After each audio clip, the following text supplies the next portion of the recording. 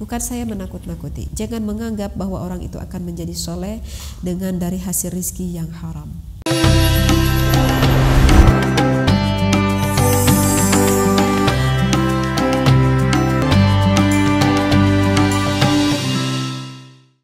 Assalamualaikum warahmatullahi wabarakatuh.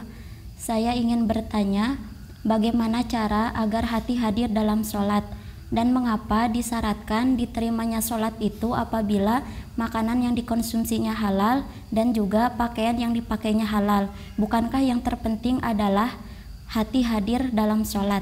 Sekian dari saya, terima kasih. Wassalamualaikum warahmatullahi wabarakatuh. Waalaikumsalam warahmatullahi wabarakatuh. Bismillah, alhamdulillah, wassalatu wassalamu ala rasulillah.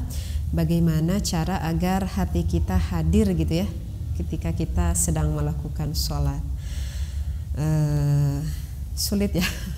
Ya karena saya sendiri juga sampai saat ini merasa belum pernah tuh hadir hati sepenuhnya ketika melakukan sholat. Tapi setidaknya jika kita mengetahui ilmu, ya kita berusaha semampu kita mungkin ya. Caranya ya kita mengosongkan hati kita dong dari pikiran, dari seluruh pikiran, hingga kita itu mengetahui apa yang sedang kita ucapkan dan apa yang sedang kita lakukan ketika kita sholat. Jadi di dalam Is'adur Rafiq ini di sini dikatakan faslun wasyurita ma'a mamarra minasyurutil madhkurah liqabuliha indallah subhanahu wa ta'ala al-ikhlas. Harus ada ikhlas fiha wa huwa ayyashida biha wajha Allah subhanahu wa ta'ala wahdahu la yusyriku ma'ahu fiha ghairah. Jadi begini ya. Sebetulnya ini referensinya masih panjang. Saya tidak akan bacakan semuanya ya. Jadi di dalam sholat ketika kita takbiratul ihram, diusahakan ketika kita takbiratul ihram, diusahakan kita dipusatkan hati kita dan pikiran kita, karena takbiratul ihram itu adalah kan rukun i'tiqadiyah ya. Maksud saya takbiratul ihram itu adalah, maaf sekali lagi, takbiratul ihram itu adalah rukun ucapan. Sehingga ketika kita mengucapkan takbiratul ihram itu tidak boleh di dalam hati, harus ada untapan lisan yang keluar. Tetapi ketika kita takbiratul ihram, kita memasukkan niat di dalam hati kita. Sehingga kita mengangkatkan kedua tangan ini adalah hukumnya sunnah ya, bukan wajib. Andaikan kita tidak mengangkatkan kedua tangan ini pun tidak apa-apa, karena ini adalah hukumnya sunnah. Tapi lakukanlah, karena kita akan mendapat pahala ketika kita mengangkatkan kedua tangan ini. Nah, ketika kita mengangkatkan, maka hati kita itu kan hadir kan? Berarti otomatis pikiran kita berkonsentrasi, ya, karena diwajibkan harus hadir hati. Karena ketika kita niat, otomatis itu kan rukun i'tiqadiyah, rukun hati. Sehingga kita memusatkan pikiran, memusatkan hati. Misalkan memakai bahasa Sunda gitu ya, karena saya orang Sunda, saya sehingga niatnya suka memakai Sunda. Niat abdi sholat fardu zuhur 4 rakaat begitu. Misalkan mau tambah bari mayun ka kiblat gak apa-apa, walaupun itu hukumnya sunat. Dari mayun ka kiblat fardu karena Allah Ta'ala. Nah, berarti kita kan berkonsentrasi. Nah itulah yang dinamakan hadir ketika kita di dalam melakukan sholat. Minimal ketika takbiratul ihram jangan sampai hati kita tidak hadir, karena kalau kita tidak hadir bisa mengakibatkan tidak sah sholat kita.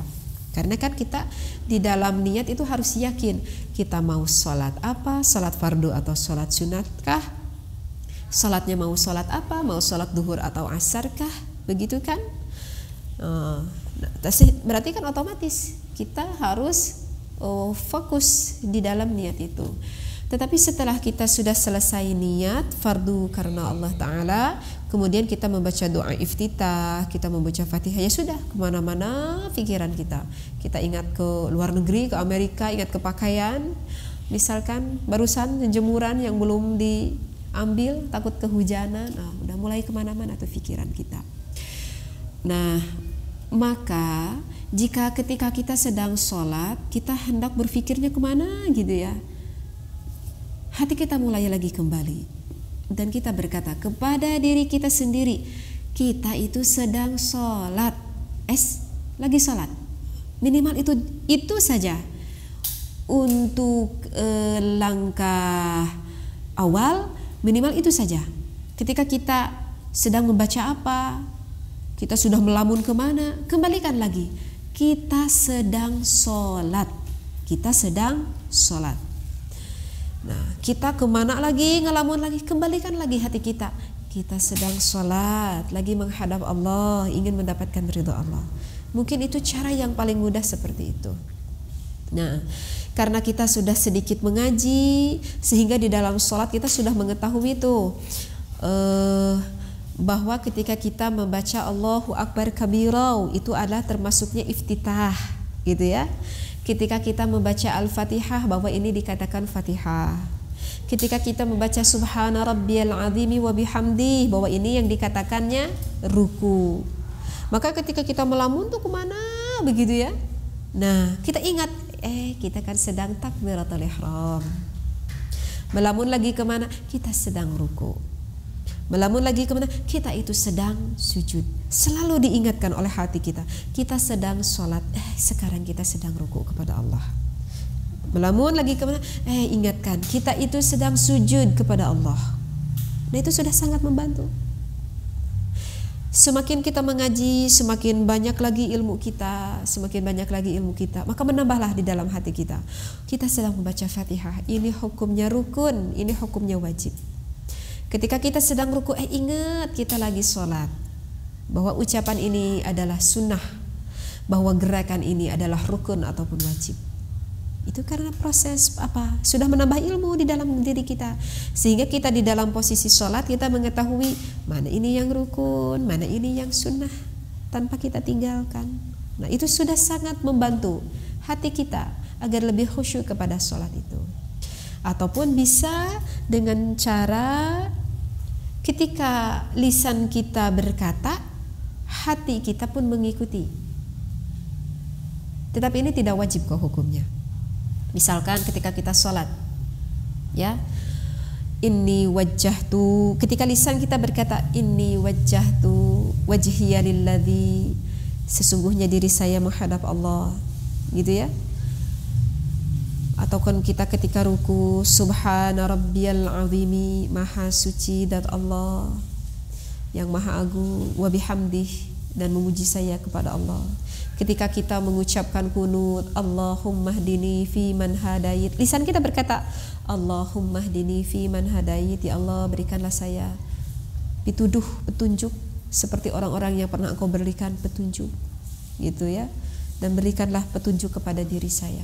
Jadi ketika, tetapi itu masalahnya ya, orang tersebut harus mengaji dulu, orang tersebut ya harus menghafal dulu. Jika ingin lebih baik amal ibadah kita, ya hafalkanlah ilmunya itu.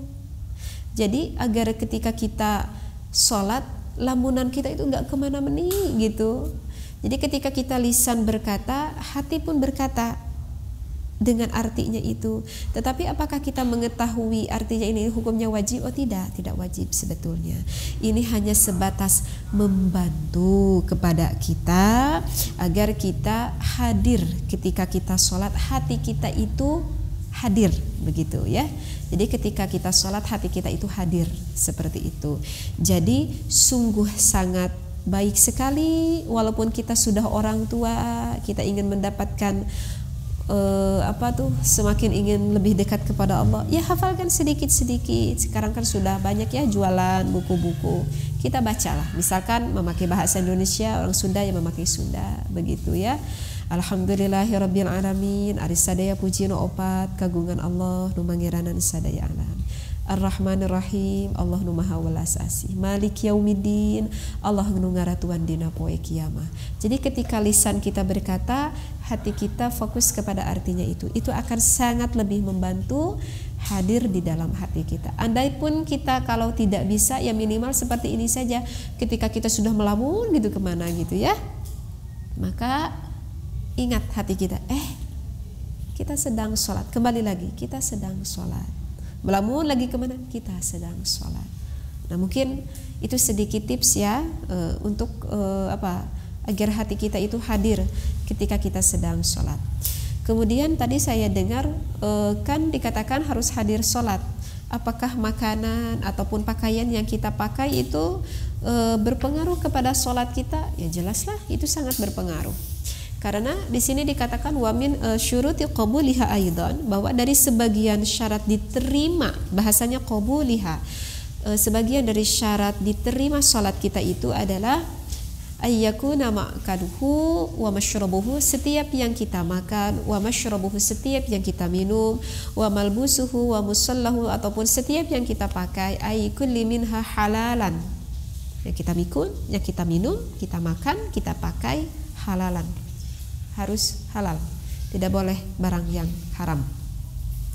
Kenapa? Li'annal halala, karena yang halal itu lahu asarun fi tanwiril qalbi, karena itu akan berpengaruh sekali kepada hati kita, akan menyinari kepada hati kita, begitu ya. Jadi asarun fi tanwiril qalbi wa riqqatihi wa ita'atil jawarih, gitu. Jadi akan pengaruh menyinari hati, akan melembutkan hati, dan akan menundukkan anggota badan kita. Tetapi apakah sholatnya itu sah? Sah. Tapi kalau ditanya sholatnya sah, ya sah. Misalkan kita itu sholat tetapi kita memakai mukena atau memakai sarung yang mana mukena itu hasil gosab, gitu ya, atau membeli mukenanya itu dari hasil usahanya halal, tetapi ada modal dari uang riba misalkan, sehingga mengakibatkan usahanya kita itu karena ada modal riba, ya akhirnya usahanya itu menjadi ada haramnya karena ada uang ribanya, misalkan seperti itu. Maka itu kemudian dari hasil pekerjaannya itu mendapatkan batik lah istilahnya, mendapatkan untung, kita belikan makanan, kita belikan pakaian, kita belikan apapun itu, kemudian kita pakai pakaian itu, kita pakai sholat. Makanan itu masuk ke dalam mulut kita, mendarah daging ke badan kita. Apa akibatnya? Sholatnya itu bisa saja sah, karena untuk sah sholat itu kita harus ada syaratnya, ada rukunnya, menjauhi batal sholatnya, itu udah sah. Tetapi jangan anggap sholatnya itu akan diterima oleh Allah. Nah, jadi di dalam sholat itu ada sah sholat, ada sah liqabuliha. Jadi ada sah sholat, ada sah diterima sholat. Kalau sah sholat, ya kita sholat menggunakan syaratnya, menggunakan rukunnya, kita menjauhi pembatalan sholatnya, yaitu udah sah sholat kita. Begitu, udah jadilah sholat kita. Tetapi jangan menganggap bahwa sholat kita itu akan diterima oleh Allah, gitu. Jadi kalau begitu mah sholat kita apa artinya ya? Kita sholat tetapi tidak diterima oleh Allah. Karena kenapa? Karena pakaian yang kita pakai adalah pakaian yang haram, karena makanan dan minuman yang masuk mendarah daging ke tubuh kita juga dari barang yang haram. Walaupun barangnya itu tidak haram, misalkan nasi yang kita makan, misalkan roti yang kita makan, tetapi membelinya dari sebagian uang yang haram, ya akibatnya ya menjadi haram pula, begitu. Dan jangan menganggap bahwa orang itu akan menjadi soleh. Ya, bukan saya menakut-nakuti. Jangan menganggap bahwa orang itu akan menjadi soleh dengan dari hasil rizki yang haram. Dari hasil rizki yang haram, artinya sangat sulit sekali bagi orang tersebut untuk menjadi soleh, gitu. Maka kalau ingin menjadi soleh, yang pertama harus bertobat dulu kepada Allah. Bertobat kepada Allah, mengakui akan kedosaannya itu, bahwa saya sudah mencari nafkah, misalkan seorang suami mencari nafkah, ada hasil haramnya, misalkannya berdagang begitu ya, tetapi meminjam modal dari riba misalkan, maka harus betul-betul bertobat kepada Allah. Setelah itu ya jangan sampai meminjam lagi, sebagaimanapun besar dosa kita, walaupun dosa riba sangat besar sekali, bahkan menurut sebagian ulama bahwa dosa riba itu sama seperti menzinahi ibu bapaknya, bahkan sampai 40 kali menzinahi ibu bapaknya. Na'udzubillahi min dzalik. Sangat dosa yang sangat besar sekali. Tetapi tidak akan ada dosa yang tidak diampuni oleh Allah, gitu ya. Tapi kalau kita bertaubat kepada Allah, maka Allah akan mengampuni segala dosa kita. Dan jangan sekali lagi kita mencari nafkah dari ada hasil yang haram. karena itu akan sangat mengeraskan kepada hati kita. Jadi artinya hati kita itu dikhawatirkan menjadi roen. Artinya roen itu jadi hati kita itu sudah berkarat lah, kalau ibarat besi itu sudah berkarat. Jadi menyucikan, membersihkan, memakai air itu sangat sulit sekali, harus dikerik gitu ya, dikerok gitu, dikerik karatnya itu. Sehingga jika kita memakan hasil dari yang haram itu akan sulit sekali mendapatkan ilmu. Artinya bukan artinya mendapat kepintaran atau kecerdasan. Kalau mendapatkan kepintaran, kecerdasan mungkin saja. Tetapi mendapatkan ilmu yang bagaimana? Mendapatkan ilmu yang maslahat, mendapatkan ilmu yang barakah. Terkadang orang tersebut mengetahui akan suatu hukum, tetapi sulit sekali masuk ke dalam hati. Nah, yang maksud saya itu adalah yang masuk ilmu itu ke dalam hati. Karena sifatnya ilmu itu kan nurun, cahaya. Ketika maka cahaya akan nampak bayangan ketika cermin itu bersih. Tetapi kalau cermin itu misalkan kita cat, pakai cat warna hitam, maka tidak akan ada tampak bayangan di cermin itu. Ibaratkanlah ilmu seperti itu. Kan al ilmu nurun, maka masuk ke dalam hati yang hatinya pun bercahaya. Tetapi kalau penuh dengan makanan yang haram, maka hatinya pun gelap. Sehingga sulit hati ilmunya itu masuk ke dalam hati kita gitu. Terkadang kan kalau di HP gitu kita suka sering mendengarkan ilmu ya, tetapi hati kita itu tidak terenyuh sama sekali, bahkan tidak ingin melakukan amal itu sama sekali. Lempeng aja kita mendengarkan ilmu. Nah, dikhawatirkan mungkin ada makanan yang haram masuk ke dalam diri kita. Na'udzubillahi min dzalik, begitu ya. Nah, mungkin jadi apakah sangat pengaruh sekali makanan, minuman, atau pakaian, ataupun rumah, apapun itulah dari rizki yang haram sangat berpengaruh sekali dampaknya kepada diri kita, sangat berpengaruh sekali. Bahkan mengakibatkan anggota badan itu sulit untuk ditundukkan. Jadi harusnya kita sholat terasa berat aja sholatnya, bahkan sampai enggak sholat begitu. Ya mungkin karena sebagian ada rizki yang haram yang masuk ke dalam tubuh kita ya. Mudah-mudahan Allah memberikan jalan kepada kita untuk mencari nafkah bagi para suami kepada anak istrinya. Semoga Allah selalu memberikan jalan, memberikan kemudahan, sehingga bagi seorang bapak-bapak jangan lupa di dalam mencari nafkahnya harus betul-betul ikhlas, niat ibadah karena Allah ya, bukan semata-mata ingin mencari kesenangan duniawi saja begitu. Wabillahi taufiq wal hidayah. Wassalamualaikum warahmatullahi wabarakatuh.